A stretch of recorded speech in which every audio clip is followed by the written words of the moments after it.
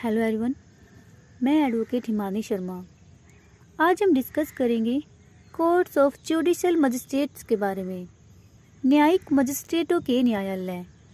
इससे पहले court of session को हमने डिस्कस किया था। उसके बाद आता है courts of judicial magistrate, section 11 से 15, जो कि जुडिशियल मजिस्ट्रेट्स के बारे में है। तो चलिए स्टार्ट करते हैं। सेक्शन नंबर 11, जिसकी हेडिंग है courts of judicial magistrates. Section 11 जो है, इसमें first and second class judicial magistrates की जो कोर्ट्स हैं उनकी स्थापना और ऐसे कोर्ट्स के लिए प्रेसाइडिंग ऑफिसर्स की नियुक्ति के बारे में बताया गया है। कोर्ट्स की स्थापना स्टेट गवर्नमेंट ही करेगी और प्रेसाइडिंग ऑफिसर जो हैं उनको हाई कोर्ट अपॉइंट करेगी। सेक्शन 11 में 3 सब सेक्शन दिए गए हैं। पहला स्थापना, दूसरा नियुक्ति और तीसरा शक्तियों के बारे में है। देखते हैं सब सेक्शन 1 क्या कहता है इसका। ये कहता है कि हर डिस्ट्रिक्ट में, कौन से डिस्ट्रिक्ट जो कि मेट्रोपॉलिटन एरिया नहीं है, वहाँ पर judicial magistrate first class and second class के कोर्ट्स की स्थापना की जाएगी। किसके द्वारा? स्टेट गवर्नमेंट के द्वारा। कोर्ट्स कितनी होंगी और किस स्थान पर होंगी, ये स्टेट गवर्नमेंट हाई कोर्ट से कंसल्टेशन के बाद नोटिफिकेशन के द्वारा स्पेसिफाई करेगी। सीआरपीसी अमेंडमेंट एक्ट 1978 के द्वारा इसमें एक प्रोविजो ऐड किया गया जो कि स्पेशल कोर्ट्स के बारे में बताता है। ये कहता है कि state government after the consultation of high court, state government high court से सलाह लेगी और उसके बाद किसी लोकल एरिया के लिए जुडिशियल मजिस्ट्रेट फर्स्ट या सेकंड क्लास की एक या अधिक स्पेशल कोर्ट स्थापित कर सकती है। किस लिए? किसी विशेष मामले या विशेष वर्ग के मामलों का ट्रायल करने के लिए। देखिए, स्पेशल टाइप्स के जो केसेस होते हैं उनको निपटाने के लिए ही स्पेशल कोर्ट्स की स्थापना की जाती है। आगे क्या कहता है प्रोविजो? ये कहता है कि जहां स्पेशल कोर्ट को गठित किया गया है तो वहां के लोकल एरिया में जो भी अदर कोर्ट होंगी उसे उन मैटर्स पर ट्रायल करने का कोई जुरिस्डिक्शन नहीं होगा जिसके लिए स्पेशल कोर्ट को गठित किया गया है। सब सेक्शन 2 क्या कहता है? जुडिशियल मजिस्ट्रेट की जो कोर्ट्स हैं उनमें प्रेसाइडिंग ऑफिसर पीठासीन अधिकारी अपॉइंट किया जाएगा। किसके द्वारा? हाई कोर्ट के द्वारा। सब सेक्शन 3 क्या कहता है? हाई कोर्ट को जब भी उचित लगे तो किसी सिविल कोर्ट में जज के रूप में जो कार्य कर रहा होगा उसको फर्स्ट या सेकंड क्लास जुडिशियल मजिस्ट्रेट की पावर प्रोवाइड कर सकता है। कौन? High court. अब देखते हैं section number 12। Section 12 is about chief judicial magistrate and additional chief judicial magistrate, CJM और एसीजेएम। ये सेक्शन मुख्य न्यायिक मजिस्ट्रेट और अपर मुख्य न्यायिक मजिस्ट्रेट के बारे में बताता है। देखते हैं सब सेक्शन 1। ये कहता है कि हाई कोर्ट प्रत्येक डिस्ट्रिक्ट में जो कि मेट्रोपॉलिटन एरिया नहीं है, एक फर्स्ट क्लास जुडिशियल मजिस्ट्रेट को chief judicial magistrate CJM appoint करेगी। कौन? High court. देखिए, कभी भी डायरेक्ट सीजेएम कोई नहीं बनता है। सीजेएम और एसीजेएम जो हैं ये प्रमोशन के बाद ही बनते हैं। अब देखते हैं सब सेक्शन 2। ये कहता है कि हाई कोर्ट किसी जुडिशियल मजिस्ट्रेट फर्स्ट क्लास को additional chief judicial magistrate ACJM भी अपॉइंट कर सकता है और ऐसे मजिस्ट्रेट जो कि एसीजेएम जिसको बनाया गया है उसे सीजेएम की सभी या कुछ पावर्स दी जाएंगी जो कि हाई कोर्ट तय करेगी। देखिए, सीजेएम जो होता है वो पूरे डिस्ट्रिक्ट में एक होता है और एसीजेएम एक से ज़्यादा भी हो सकते हैं। अब देखते हैं सब सेक्शन 3 क्या कहता है। ये कहता है कि हाई कोर्ट किसी जुडिशियल मजिस्ट्रेट फर्स्ट क्लास को किसी उपखंड में sub divisional judicial magistrate appoint कर सकती है। उपखंड को कहाँ डिफाइन किया गया था? सेक्शन नंबर 2 क्लोज वी में। सब सेक्शन 3A सिर्फ इतना कहता है कि डिस्ट्रिक्ट में जो उपखंड होता है उस उपखंड के लिए हाई कोर्ट किसी जुडिशियल मजिस्ट्रेट फर्स्ट क्लास को उपखंड न्यायिक मजिस्ट्रेट के रूप में पदाभिहित कर सकती है, मतलब पद दे सकती है और इस सेक्शन के अंदर दी गई जिम्मेदारियों से उसको मुक्त भी कर सकती है। अब देखते हैं सब सेक्शन 3 का B क्या कहता है। ये कहता है कि उपखंड न्यायिक मजिस्ट्रेट जो हैं वो चीफ जुडिशियल मजिस्ट्रेट के जनरल कंट्रोल में रहते हुए उन सभी पावर्स का यूज करेंगे जो कि हाई कोर्ट द्वारा तय की जाएंगी। सेक्शन 12 हमारा कंप्लीट हुआ। अब देखते हैं section number 13। Section 13 is about special judicial magistrate. ये विशेष न्यायिक मजिस्ट्रेट के बारे में बताता है। देखते हैं सब सेक्शन 1 क्या कहता है।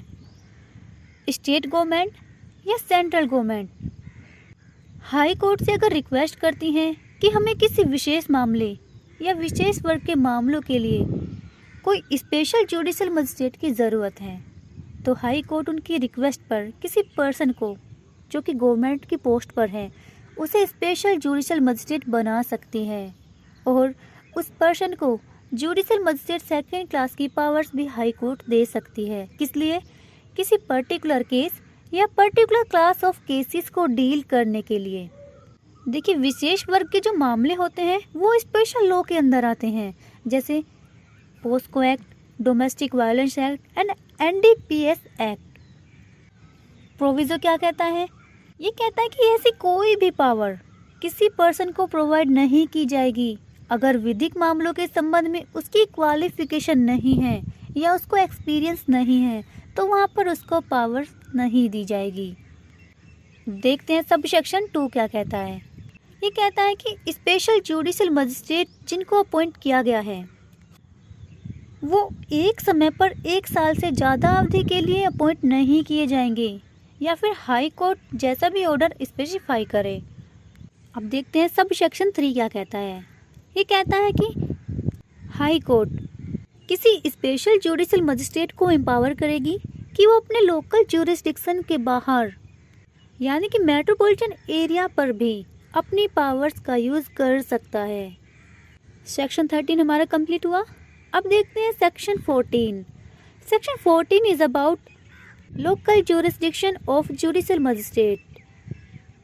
ये न्यायिक मजिस्ट्रेटों की स्थानीय अधिकारिता के बारे में बताता है। देखते हैं सब सेक्शन 1। ये कहता है कि सीजीएम जो है, चीफ जुडिशियल मजिस्ट्रेट जो है, वो हाई कोर्ट के नियंत्रण में रहते हुए सेक्शन 11 और 13 में जो मजिस्ट्रेट अपॉइंट किए गए हैं उनके लोकल ज्यूरिसडिक्शन की लिमिट्स को डिसाइड कर सकता है। क्या कह रहा है सब सेक्शन 1? ये कह रहा है कि chief judicial magistrate high court के नियंत्रण में रहते हुए सेक्शन 11 और 13 में जो भी मजिस्ट्रेट अपॉइंट किए गए हैं उनका जो एरिया है उस एरिया की लोकल लिमिट्स को डिसाइड कर सकता है। प्रोविजो क्या कहता है इसका? ये कहता है कि स्पेशल जुडिशियल मजिस्ट्रेट की जो कोर्ट्स हैं किसी प्लेस पर बैठक कर सकती हैं जिस एरिया के लिए उनको गठित किया गया है। मतलब स्पेशल जुडिशियल मजिस्ट्रेट की जो कोर्ट्स हैं उन पर इसका कोई इफेक्ट नहीं पड़ेगा। जिस एरिया के लिए उनको गठित किया गया है उस एरिया में वो बैठक कर सकती हैं। अब देखते हैं सब सेक्शन 2 क्या कहता है। कह रहा है कि इस सेक्शन के अलावा ऐसे मजिस्ट्रेट जिनके एरिया के लिमिट्स को नहीं डिसाइड किया गया है, कहाँ? सब सेक्शन 1 में जो बताया गया था, तो ऐसे मजिस्ट्रेट वूल डिस्ट्रिक्ट पर अपनी पावर्स का यूज़ कर सकते हैं। अब देखते हैं सब सेक्शन 3 क्या कहता है। ये कहता है कि जहाँ धारा 11, 13 और 18, 11 में क्या था? कोर्ट ऑफ जुडिशियल मजिस्ट्रेट, 13 में स्पेशल जुडिशियल मजिस्ट्रेट और 18 में स्पेशल मेट्रोपॉलिटन मजिस्ट्रेट जो कि मेट्रोपॉलिटन एरियाज़ के लिए होते हैं। तो ये कह रहा है कि जहाँ सेक्शन 11, 13 और 18 में जो मजिस्ट्रेट अपॉइंट किए गए हैं जिस भी डिस्ट्रिक्ट या मेट्रोपॉलिटन एरिया में वो बैठते हैं, अपनी बैठक करते हैं, अगर उनके लोकल एरिया की लिमिट्स को बढ़ाया जाता है, उनका जो ज्यूरिसडिक्शन है उसको बढ़ाया जाता है, तो ऐसी सिचुएशन में इस कोड के अंदर session court, chief judicial magistrate और चीफ मेट्रोपॉलिटन मजिस्ट्रेट इनके बारे में रेफरेंस का क्या मीनिंग लगाया जाएगा, मतलब इनके प्रति जो निर्देश है उसका क्या अर्थ लगाया जाएगा। तो सेक्शन कह रहा है कि उनका सेम अर्थ लगाया जाएगा। उनको court of session, chief judicial magistrate और चीफ मेट्रोपॉलिटन मजिस्ट्रेट ही कहा जाएगा। सेक्शन 14 कंप्लीट हुआ। अब देखते हैं section 15, subordination of judicial magistrate. Section 15 जो है ये न्यायिक मजिस्ट्रेटों की अधीनस्था के बारे में बताता है। सबसेक्शन 1 क्या कहता है? ये कहता है कि प्रत्येक CJM चीफ जुडिशियल मजिस्ट्रेट अधीनस्थ होगा किसके? सेशन जज के। और अदर जुडिशियल मजिस्ट्रेट सेशन जज के साधारण नियंत्रण में रहते हुए किसके अधीनस्थ होंगे? CJM के। वो चीफ जुडिशियल मजिस्ट्रेट के अधीनस्थ होंगे। मतलब CJM सेशन जज के अधीनस्थ होंगे और जुडिशियल मजिस्ट्रेट JM वो सेशन जज के नियंत्रण में रहते हुए CJM के अधीनस्थ होंगे। सबसेक्शन 2 क्या कहता है इसका? चीफ जुडिशियल मजिस्ट्रेट अपने सबऑर्डिनेट जुडिशियल मजिस्ट्रेट में कार्य वितरण के बारे में समय समय पर ऐसे रूल बना सकेगा या विशेष आदेश दे सकेगा जो कि इस कोड में रेलिवेंट होंगे। सो फ्रेंड्स, सेक्शन 11 से 15 हमारा कंप्लीट हुआ। नेक्स्ट पार्ट में हम डिस्कस करेंगे कोर्ट्स ऑफ मेट्रोपॉलिटन मजिस्ट्रेट्स के बारे में। Thank you so much. Bye bye and take care.